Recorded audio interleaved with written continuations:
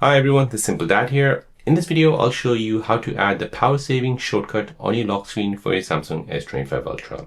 So here, if you want to add a power saving shortcut on your Samsung S25 Ultra, which gives you quick access to power saving mode when your battery is low, then let me show you how to do this. So first, go ahead and unlock your device. Next, long press on your home screen, then tap on wallpaper and style. Now from here, go ahead and find your lock screen, tap on it. Now here you have two options. You can either add it on the bottom left or bottom right. So we'll go ahead and choose the bottom left, scroll down and find power saving. So this is the power saving action which we need. Tap on this and now power saving action has been set at the bottom left. Tap done. Now go ahead and press home, and now when you lock your device and you wake it up, you'll see a power saving shortcut here. So to turn on power saving mode, go ahead and drag this to the center of the screen. Go ahead and enter your credentials.